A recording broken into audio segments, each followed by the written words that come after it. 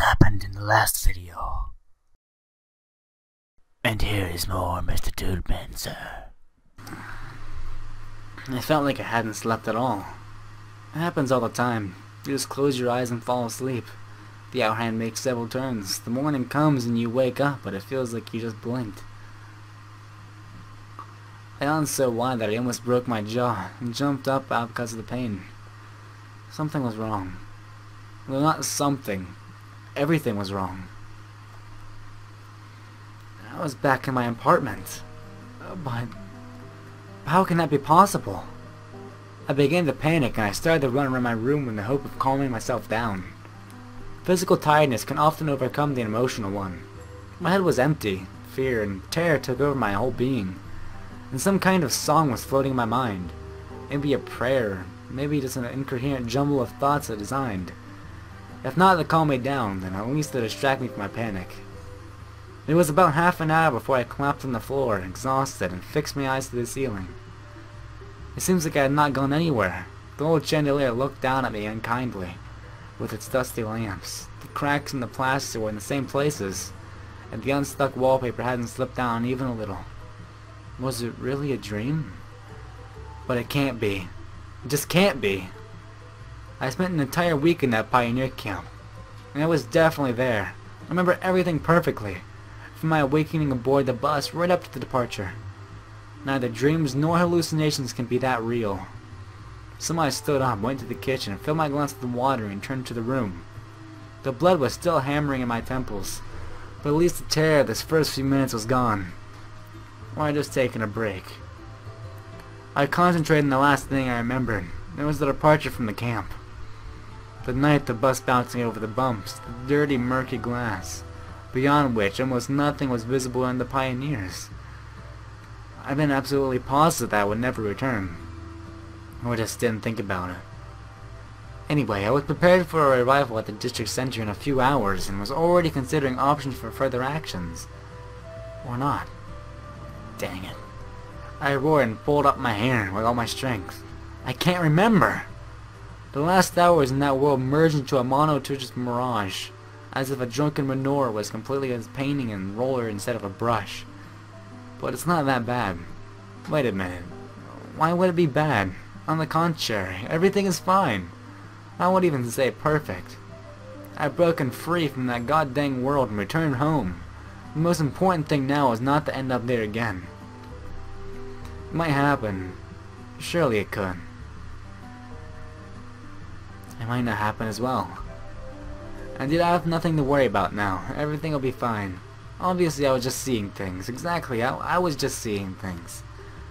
It doesn't matter that everything felt real. Something like that just can't happen. It can't. I claim with all due confidence that it just can't. Modern science claims it's impossible. It's not even allowed. I laughed loudly. An inner voice tried to stop the verbal diarrhea spouting from my mouth, but it didn't succeed.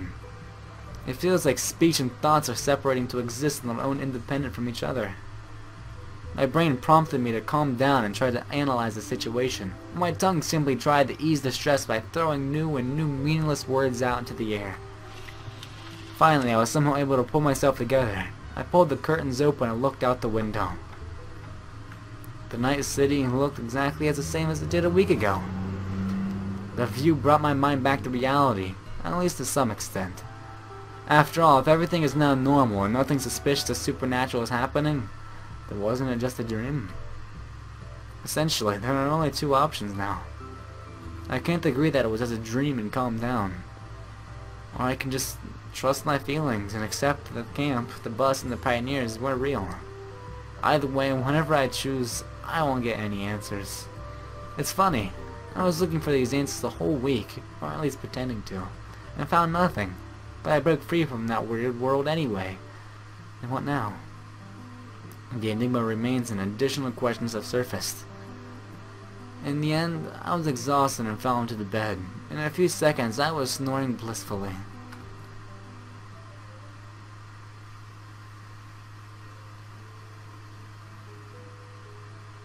Much time has passed from that moment I came back from Sovanok, and a lot has changed in my life.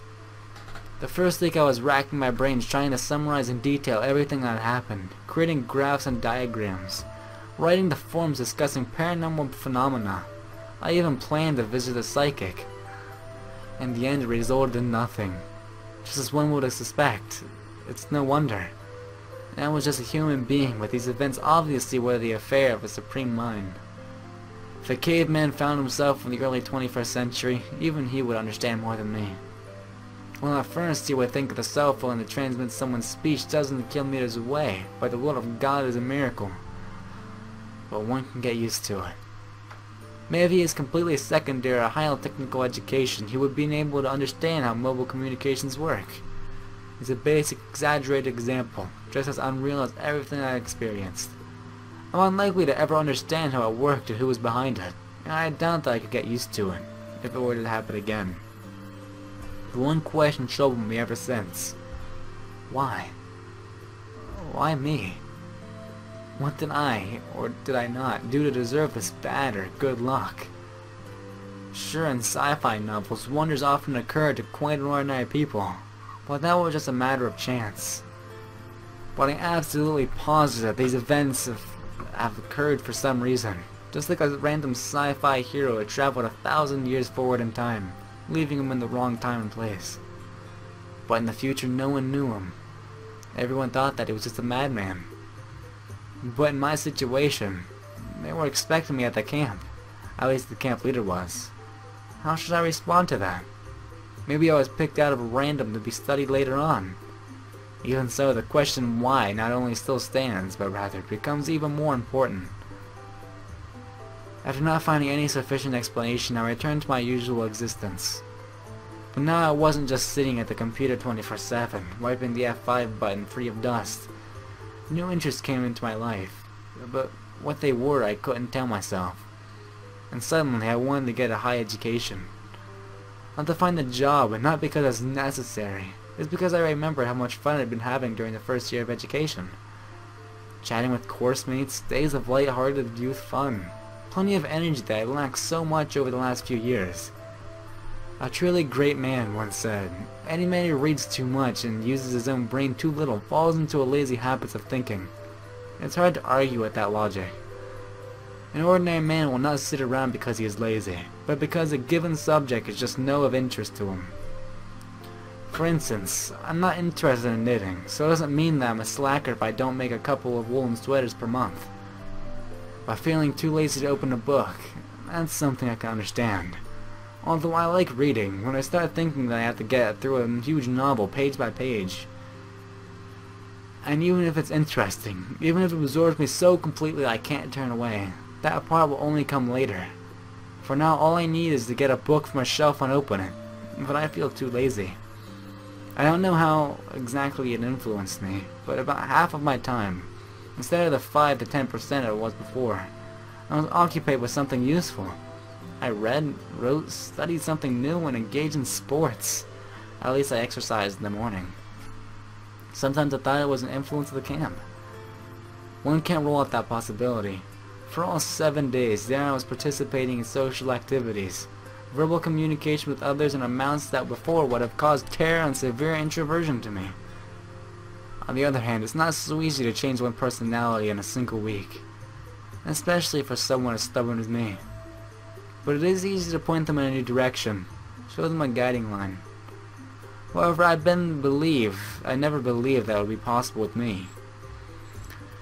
Anyway, I enjoyed these changes so much that I try not to think about the causes.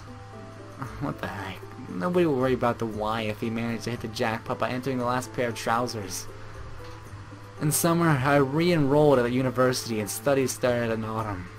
Time passed. I eagerly attended lectures and seminars and studied for tests and examinations with a level of enthusiasm that I wouldn't have expected from myself. I managed to become a part of the group with surpassing ease. Although I was one of the most students, it didn't trouble me. Maybe it's because of my natural maturity or changes in my personality. I didn't know for sure. Most likely the answer is somewhere in the middle. The joy of communicating with people, lost many years ago, returned. It was easy to get along with others. Their problems didn't seem so distant and trivial to me. Normal life, which before I had considered just gray, depressing mass, started to shine with new colors. Sometimes it seemed to me that I had turned into a doll, became one of a billion identical tin soldiers standing in straight rows of a shelf in his toy shop. But in this shop, apart from the glowing showcase that sparkled with fancy writing described the new season's offers and Christmas discounts, was a storage, where all the defective products were thrown. A teddy bear without a paw, a firefighter's truck in need of a mechanic, a transformer that looked like a microwave and then a tightly mighty robot, jigsaw puzzles with them assembled into a trippy, postmodern pictures. My place used to be among these broken toys. While some of them could take refuge in charity drives or orphanages, my only fate was to be dumped and recycled again. So I couldn't help enjoying such changes in my life. It was the last session of the hardest subject this term. Most students didn't like it, because of its difficulty and the hard to understand teacher, I suppose. But I found a kind of pleasure in dealing with tables, graphs, and diagrams. Counting the figures by pieces, I arranged them in columns and lines in the right order, summing up, subtracting, dividing, and multiplying, then using them to get a precise picture of any event. No number could avoid my attentive gaze. All of them would be captured, calculated, and analyzed. Each of them would get an index number and a place in their proper cell. After its arrival, every digit will be assigned a bunk. Work uniform and off-duty clothes will be sent to perform its designated task. Some will be digging at trends from 9 to 5. Some will march off to face the trends. And some will be trying to hit linear regression on the shooting range. What are you thinking about? Reluctantly, I stopped writing and gazed at my classmate. Taking notes on the lecture, as you can see. Oh, just screw it. Just read the workbook afterwards. I'll read the workbook as well. I'm always astonished by you. What's so astonishing? You're planning to gain a first-class diploma, aren't you? Well, never thought of it. Don't tell me you really find it interesting. I remembered that just a minute ago. I imagined myself embolized by a manner borne aloft by a regiment of digits and couldn't help smiling. You won't even need all this stuff. Everything will be needed eventually. At least for general development. My classmate grinned sarcastically. I bet you never read a single book in your whole life. So what? He asked challengingly. Just stating a fact. And you're always somewhere up in the clouds. He was right about that. Although I'd regained a part of my lost social skills, I often slipped out of touch with reality, dreaming of something else. You say it like it's a bad thing. And there's nothing wrong with reading books either. Human beings can't only have material needs. I said philosophically, mocking him. Oh, you're such a downer. Yawn. The lecture was approaching its end, and I began to plan out the rest of the day. Need to buy some groceries and later finish a project and send it to the client. And then I got to write down notes. And then in the evening, I can just read or watch something. Unless someone phones or writes to me. There are no urgent matters, so I can spare some time for my mates. Oh, 5 whole minutes to go. I looked at my phone and realized that exactly a year after I returned to Wmmmba Pioneer Camp. My soul felt warmer from such thoughts, and I smiled blissfully. It's not often anymore that I recall those events. Obviously, one can't just forget something like that. This moment was something bizarre and extraordinary that are engraved in my memory forever. Normally, even the happiest moments fade and just reminiscences of them remain. Nothing more. But the week spent in Wmmmba was different. I remembered everything in perfect detail. The terror of its first minutes after waking up on the bus. The first day, hard, full of surprises and amazing acquaintances. Cheerful and carefree pranks with Ulyana. Let's take that trick and Ghost for instance. The best Soviet comedians wouldn't envy it. The pioneers had such expressions. They were dying laughing. It should be nice to meet Ulyana in real life. Well, she is not always perfect. She's hyperactive. She doesn't have any idea about good manners, but one doesn't meet such a sincere, carelessly cheerful and energetic person very often. Maybe she gave some of that energy to me. The bell rang. My classmate stood up and said his goodbyes and left. I started packing my exercise books and textbooks into my backpack when I suddenly heard someone's voice in front of me. "Excuse me, is this the 34th lecture hall?" There's a sign on the door." "No, there's not." "Hey." The girl is in red lettering. Just like Ulyana's name is. That better be Ulyana. The girl's voice sounded offended. Someone must have removed it. So it's the 34th. Yeah. At least I closed my backpack and raised my head, intending to stand up. The girl looked terribly familiar. Haven't we... Yeah. I thought the same. She looked very surprised. But I don't remember. Where could I have met you at? Neither do I. What year are you in? First year. Oh, still pretty much green. The girl smiled. Everything is still ahead of me. As if I'm already past everything. And what about you? Fourth. So is it difficult to study? For the first year it is. I knew it. She said in an upset manner. But it gets easier with time. It's always easier when you get used to it. Sometimes I'm too lazy to do things. Yeah, that also happens. Do you still have any stuff from the first year? If you share, it'll be easier for me to prepare for examinations. Obviously I had nothing. My first year was finished a long time ago. When I suddenly felt a strong desire to ask for her phone number, so I lied. Yeah, maybe. But I'll have to check. That's great.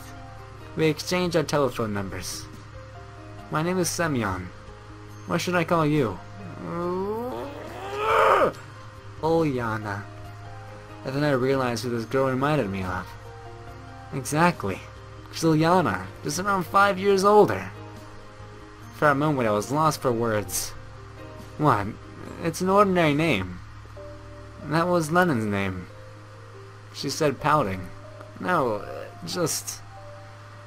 Have you ever been to a pioneer camp? When I was a kid. Why are you asking? The blink of an eye, all the events that happened in Sovana flashed in front of my eyes. So it wasn't a dream. Although there were just summer camps, not pioneer ones, Ulyana added. So you weren't wearing a uniform? The one with the red neckerchief? Of course not. Fashion police alert. She laughed loudly. Why are you asking? I was about to tell her everything, but then realized that she would consider me a psycho. After all, this girl is much older than Ulyana I remembered. Maybe she just looks like her. I had a dream. And I think I saw you there. A kind of a deja vu. What? It's when one sees something for the first time but believes that he has seen it before. Well, now that you mention it, her face becomes serious. I think I've seen you somewhere as well. Definitely. Maybe it's that thing you just said. An interesting coincidence, don't you think? I don't know. Anyway, I'll give you a call. See ya. She laughed and ran out of the room. Appearance, behavior, way of talking. She's definitely that exact Ulyana. So, does that mean the dream is coming true? I can't help but enjoy it. And above all, I'll see this forever cheerful girl again for sure.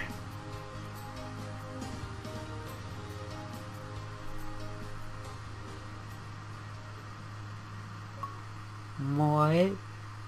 That's the end? No, that can't be the end. No. Ugh. That cannot be the end. No. But what? He promised he'd marry her. He promised. I'm going to assume that he married her. I am going to assume it. It makes me happy thinking that, at least. That's good. Now, this is like the first route, and I think probably the only route, that has actually gone back to the actual reality and yet linked up with the old reality? However that makes sense, I'm not sure. I'm probably gonna ponder this and maybe think about it after I finish the game completely. But hopefully it'll eventually make sense why the camp and his reality are one and like. But for that, that's gonna be Ulyana's end. Yeah.